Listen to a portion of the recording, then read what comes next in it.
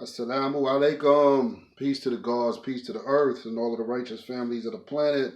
It's your big brother Fahiym back once again with another bill for the family. Today I'm back in the lessons again, as we are always, for the most part in our lessons. I got a few requests. A couple of students of mine, and a newborn that I met. Few weeks ago or whatever. But I've got a request from a few individuals to build on the 37th degree in our 1 to 40 in our Lost Found Muslim lesson number 2. Um, the Understanding God degree in our lessons, as it reads, says, tell us what the devil teaches the 85%. That the God is a righteous and unseen being exists everywhere. Answer. Allah is the God in the earth and in the heavens above, and is just and true, and there is no unrighteousness in him. But is not unseen, is seen and is heard everywhere. For he is the all-eye seeing. This question in the Most Honorable Elijah Muhammad's Supreme Wisdom, from our Supreme Wisdom lessons in the Nation of Islam, it is actually two questions. I hear some gods, from, certain degrees they'll read, and it's like read all at once, tell us what the devil teaches the 85%, that the God is an unrighteous and it's actually two questions is the way that it was originally formatted in our lessons. There's some grammatical errors and misprints in our lessons, as we know. So this is one of the reasons why, as a newborn, newborns are required to read, study, and memorize these lessons. Because, of course, we know newborns don't have a voice of their own. They haven't developed speech yet.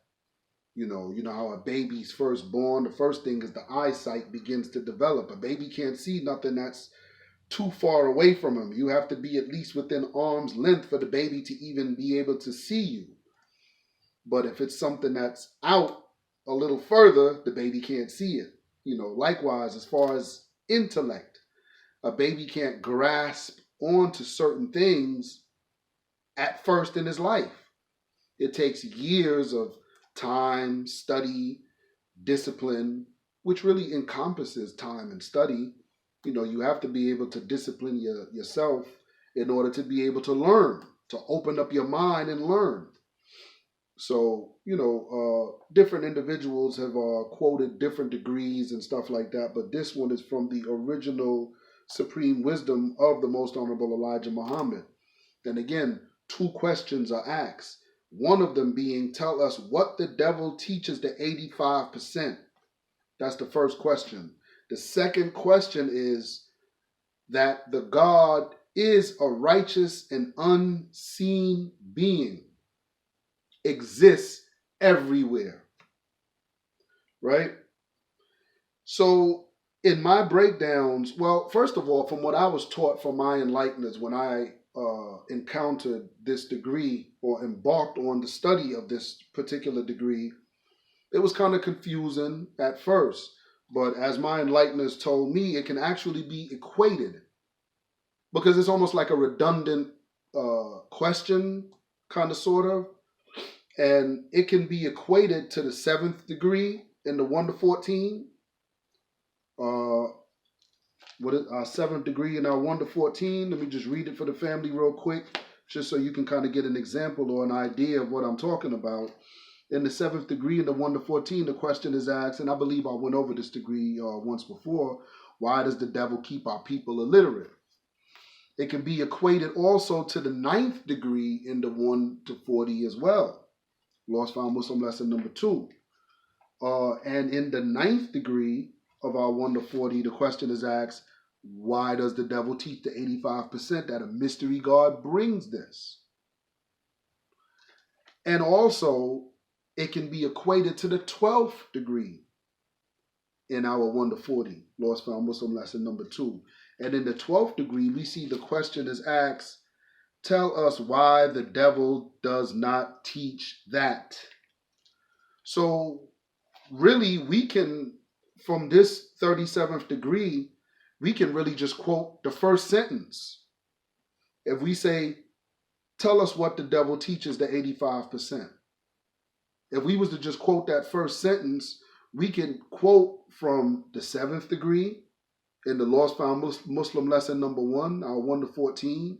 We can quote the 9th degree, question and answer, from the Lost Found Muslim lesson number 2 or the 1 to 40, or we can give them the 12th degree in the Lost Found Muslim lesson number 2, or what we call our 1 to 40. We can give them any one of those and it would fit in perfectly with what the question is asking of the reader.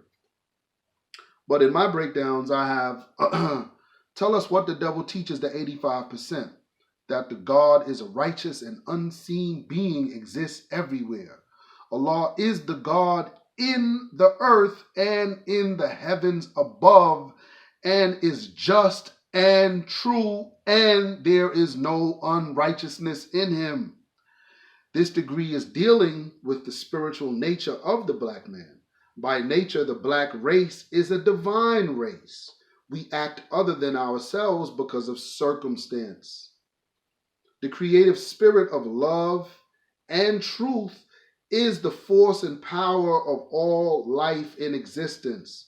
It is what fuels the sun, moon, and stars in the heavens above and the earth below. The basis of all things is freedom, justice, and equality, and all of these are unseen forces in our universe. This only means that the mind and majesty of Allah God cannot be seen with our two physical eyes. Our third eye is the only way we can channel into the greatness of the Supreme Being God. Wherever we see justice and truth prevailing in our universe, and there is no lust for unrighteous behavior in the people, that is when we can honestly say Allah God is present in and among that nation. So the Most Honorable Elijah Muhammad already gave us an example, or the best method, I guess you can say, to understanding God, or at least getting to get a glimpse of what the God looks like. The Most Honorable Elijah Muhammad said, every time I look at another black man, I'm reminded of what Allah God looks like, the Supreme Being God, Allah. That's interesting. The Most Honorable Elijah Muhammad said, every time he looks at another black man, he's reminded of what the God looks like. But as we know, we are born from out of the womb of our mother, and we are not gods just yet. We have the potential to be great gods. You're not a god yet. You're not a god. First of all, a god has to know. He is all wise, all knowing. And a baby is not all wise and all knowing. A baby doesn't know anything. A baby can't do for self. If you just sit the baby there, newborn baby, and don't touch him no more, guess what? He'll die, because he'll die of starvation. He doesn't know how to go fix him a bottle, go warm it up, and he doesn't know how to, fend for himself. So at this point, the mother is the first God that the baby knows. So the mother takes the baby, and the mother nourishes the baby with food, clothing, shelter. So you grow into being this great magnanimous God, this great God who can persevere over any circumstance. But because we lost the knowledge of God, we were placed in a circumstance that was other than what our nature intended for us. The circumstance that we were placed in was a circumstance of wickedness and evil. As the Bible says, you were born in sin and shaped in iniquity. So the pagan religions of the earth have been the ways and actions that have defiled the people of God and made us other than self. So a baby has to grow step by step into being a God. You are a Muslim at birth. You are a Muslim as soon as you pop out your mother's womb. Why? Because you have an innate intention within yourself to follow. You're obligated to follow your mother as your first teacher. That's innate. That's something you're born with. You have an innate nature, as the Most Honorable Elijah Muhammad said, that the black man's brain was created to think rightly. It was created to think on a mathematical level. Anything that is unmathematical damages the brain. We understand this. So when we look at the black man today, as the Honorable Minister Louis Farrakhan once said in a lecture, we are a caricature of what the Supreme Being, God, Allah, is supposed to be. We are just a caricature of that. Because we are that, but it's almost like an exaggerated attempt of trying to pinpoint or put a finger on what exactly God looks like.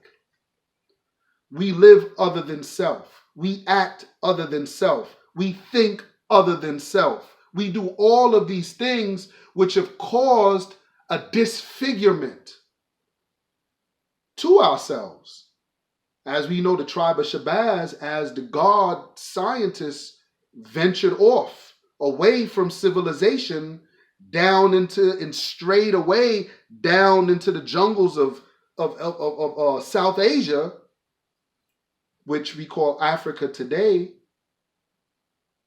When he did that, the people became disfigured.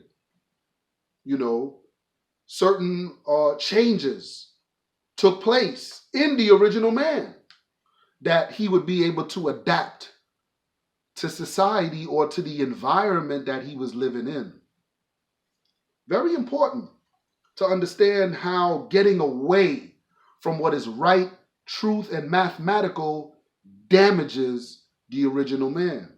So God can't be seen with the two physical eyes if a person is dumb, deaf, and blind. The 85% know that Allah, God, is a righteous being. They know this, but they know that any feeble attempts to try to step out and say, oh yeah, I'm Supreme Being God, or call me Allah, call me nothing else but God, Allah, I don't got to submit to nothing, I don't got to, even the 85%, even the lost found in their twisted mentality, even they know you're not a reflection, or you're not a good example of what the reflection of the Supreme Creator is supposed to be. You're not that. You're not acting like that. We know that 90% of our universe is unseen material, unseen matter, energy and matter. Only 10%, the scientists say, is physical. You can see it with the two physical eyes. But there are particles in our universe that are so infinitesimally small that the naked eye can't see them. There's a book that I had, this is one of my favorite books when I was, first getting knowledge of self, Cosmic Questions by Richard Morris, who is a physicist and a theoretical physicist. But in this book, I like to, like in the glossary and the index, there's a lot of, words and terms and stuff that scientists use when discussing different phenomena in our universe. One of the things in our universe, just to give just a few examples of things that exist but can't be seen with the physical eye, one of the things is quarks. A quark it makes up the building blocks of what an atom is. A quark is the building block. It makes up the building block of what an atom is. Quarks which is, as the definition goes, is a theoretical constituent of the proton and neutron and other heavier particles. Not none of the particles such as the electron and the neutrino. Neutrinos come from our sun, and they enter into our bodies every day. Hundreds of millions enter through our bodies every day. But physicists theorize quark nuggets.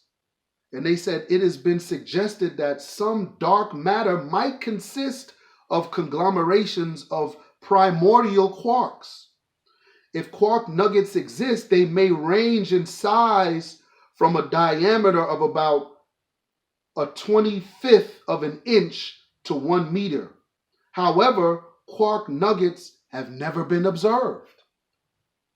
But scientists know that they exist. Shadow matter. This is a hypothetical form of matter that would interact with ordinary matter only through mutual gravitation interactions. If shadow matter didn't exist, it could be neither seen nor felt, but it would have gravitational effects, and it could contribute to the mass density of the universe. So here we have another thing that is yet scientists know it exists, although it is not seen. We see the gravitational pull, or we see what it leaves in wake of the ways and actions that is produced by that particle. Virtual particles. Well, physicists talk about this uncertainty principle.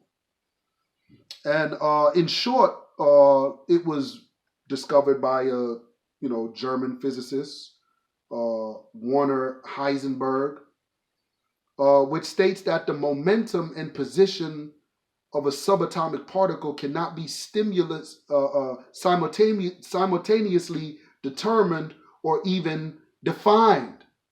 He says the uncertainty principle implies that there should be a similar relationship between energy and time. This implies, in turn, for every short period, there is enough energy available to create particles that could otherwise not exist. Hence, virtual particles. A particle-antiparticle pair that pops into existence even when the energy that would normally be required to create it is not available. The energy debt thus created must quickly be repaid, and these vertical or virtual particles disappear almost as soon as they are created. Virtual particles are not a theoretical phenomena. They have real effects, physical effects, which have been experimentally measured to great accuracy. So they have particle accelerators, and they have other contraptions within a science lab which will allow scientists to determine these particles which can't be seen with the physical eye. Another one is what they call WIMPs, which is an acronym for weakly interacting massive particles, a term which embraces a large number of subatomic particles which have been proposed on a theoretical ground, but which have never been observed. Cold dark matter would presumably be made up of WIMPs.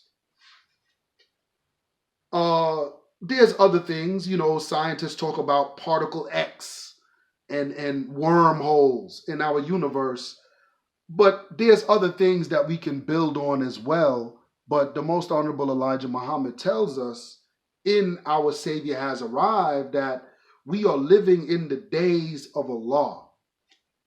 These are the days where Allah will make himself known on all scales of existence. Every scale in existence is man. It constitutes the human being, whether it be light, whether it be electromagnetic energy, the four forces in the universe. The electromagnetic force, the strong force, the weak force, and the force of gravity really are all make up the constitutions of man, a human being, but it's on different levels in our universe. I've heard people build on the etheric cord. I think I heard Bobby Hemmett and Phil Valentine and some of our other great scholars, talk about this etheric cord, which on all scales of the etheric cord, man exists. We've always been here in our universe, always. There is no birth record for the original man. Likewise, there is no birth record for our culture, which is Islam or mathematics. Anywhere you go in this universe, there's mathematics. There's a mathematical system in place. And if we follow the trajectory of what we see, what can be seen, the Most Honorable Elijah Muhammad says, what we can see is only a reflection of what we don't see in our universe. So again, we see the Supreme Being Blackman, we see a caricature of that, but we see the human being is gradually growing back in to that oneness of thought with the divine energy which makes up our entire universe. This is the black man. But is not unseen, is seen and is heard everywhere. For he is the all-I-seeing. The 85% only know the Most High Supreme Being God as one of justice, truth, and righteousness. They are right. They are right. The 85%, that's the only, they know God to be righteous, just, and that's true because Allah is those things. However, they don't know or understand that the same that same spirit or energy of truth and justice and righteousness is not independent of matter. Energy and matter are not independent of one another, and the same goes for spirit and flesh. Therefore, Allah God, the spirit of truth and righteousness, can be seen and heard everywhere in the person of the Supreme Being Blackman. The human body of the Supreme Being Blackman is the temple or vessel by which the spirit of the Most High dwells, or the energy of the Most High dwells. Without a human being or without a human body, how would we know Allah? How could we learn of him and know his ways of righteous conduct if it were not for man? This is what separates the wise and intelligent from the foolish and the ignorant. Allah says in the Holy Quran that if you were spirits, we would have sent you a spirit. But we're not spirits, we're men. Human beings have flesh and blood and they procreate. So therefore Allah would have to be a man or a human being that can make and procreate just like us in order for us to know and learn of him. The black race is without question the people of the living God, the true and living God. It is within us that the spirit of truth and righteousness lives, and this is what makes us as a nation. This is what makes us a nation of gods and a nation of earths. When you see the black man, you are looking at the God of creation in material animated form right in front of your face. Collectively, we as a whole are the all-I-seeing. So that degree really expounds on a lot, but it takes a scientific mind, a mathematical mind, to be able to comprehend what it's saying.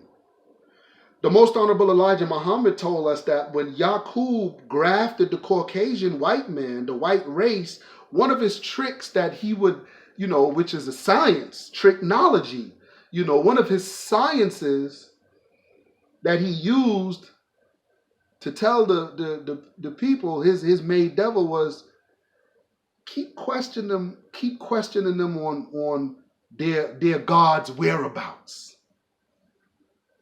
Keep questioning them on things that can't be seen with the two physical eyes. It exists, but it can't be seen with the two physical eyes. Keep questioning them on things like that, concerning that. Keep doing that. Because it's a belief or a faith-based teaching. It's theorized, as the physicists theorized, these particles or matter that can't be seen with the two physical eyes, but they exist. Because we see their ways and actions, like a black hole. Once a black hole begins spiraling and things follow in its trajectory or in its path, that's when we know, oh, wait a minute, there's something there. I can't see it because it's black, just like the universe, but something is there. Something is there. Master Fard Muhammad said that, the black man is God. And Master Fard Muhammad told us that he would live a minimum of 400 years to commemorate his uncles being brought into the wilderness of North America and made slaves, made dumb, deaf, and blind. So Master Fard Muhammad told the Most Honorable Elijah Muhammad about the mother's wheel. Now, we can't see the mother's wheel. I don't know if I can't see it. Just like I can't see Master Fard Muhammad today. I can't see the Most Honorable Elijah Muhammad today. However, we can see the power in the weather, first and foremost, as Minister Farrakhan keeps,